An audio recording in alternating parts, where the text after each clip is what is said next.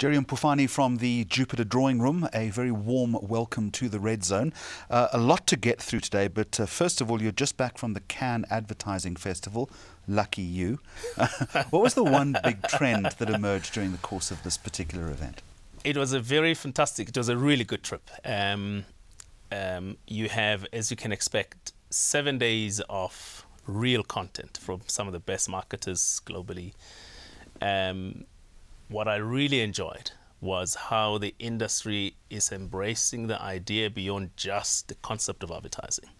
So you listen to the speaker there, you see the work that's been showcased there. The industry isn't talking about the 30-second television ad. The industry is talking, again, idea, idea, idea.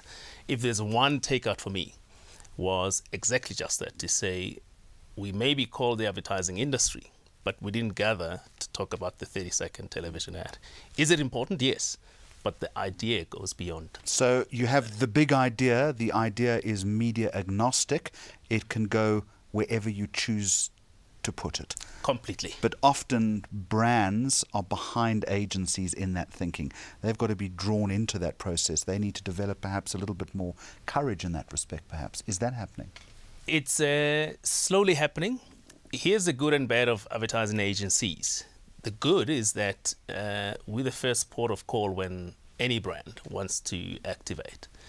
The bad is we don't take that position of responsibility seriously enough. And by that I mean our responsibility is seriously to think beyond just the 30-second message. How do you assume that responsibility then?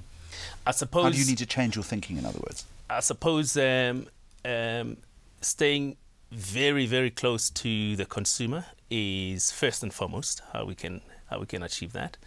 If we know where the consumer is, if we know what makes them tick, if we know where we're going to find them, and the whole aspect of data analytics comes into play, and we know what media they're consuming. If you take as a practical example, if we know that all of our consumers are spending more of their time on a mobile device, our responsibility is to go connect with them on that particular device, and our responsibility to the brands is to be very strict and deliberate about making sure that we're not just on television. So your big challenge is the interpretation of those data analytics that you refer to. Are agencies up to that? Do they have the skills to do that? Do they actually know how to interpret this plethora of data that is available right now? I would say in many cases, no. In many cases, no. And interesting enough about data and knowledge is that most brands invest. In fact, I know a lot of companies that invest more in research than they actually do in activating marketing communications. So the knowledge is there, the information is out there. It's about whether, in particular, the strategy departments, whose primary responsibility is to deliver insight, is about how much time they spend digging into that data and coming out with those nuggets. And it's an old argument that we don't have enough good strategists, brand strategists in this country, do we? Absolutely. It's that's the ongoing debate between agency sector versus client, in that the bright strategists that get recruited into the industry, get trained, get given experience, quickly quickly picked up by the big corporate brands. Data analytics is critical, but you also say that reality television has become entrenched in our media thinking, but it's also a new way of brand communication that people need to become more cognizant of that. Yes. Content and the creation of content has become critical now to brands. Absolutely. We and particularly talking about the emerging markets as South Africa is one. We're a young populace. Fantasy versus reality. We know where the market is at. The market is mostly attracted to reality. So if we start talking about activating brand messaging, if we start talking about connecting with the market, we know what young people are up to. We know where they're at. We know what media they interact with on a daily basis. And we're finding that Mostly it's in that space of reality, and therefore content, the phrase sounds cliched. Content truly is king when you're talking to the market. But you can't force the brand into that reality situation. Important to all of this is the notion of authenticity. Brands often don't get that wrong. Completely. Completely.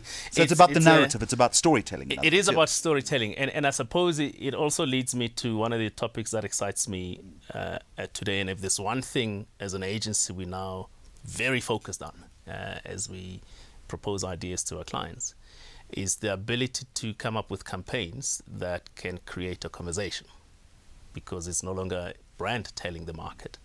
If you can create a conversation, if you can create this concept we would like to call social glue, if you're having a conversation with the market, you're not imposing yourself in their space, and you want to be a part of. But it's not creating the conversation, it's also sustaining the conversation. And that's more difficult. It's very hard, because the assumption is that you will have enough ambassadors in society, whether it's whatever market segment you're after, you'll have enough ambassadors who are prepared to have this conversation, and often not necessarily mentioning your brand, but talking about whatever issue it is. You just want for your brand to be a part of that conversation, and that's really what this thing is about. Let me ask you a final question. New boss, very established agency in South Africa. What's your approach?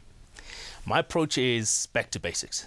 I've said to the team, whether you're in strategy, whether you're a suit, whether you copywriter, etc., deliver the best ideas.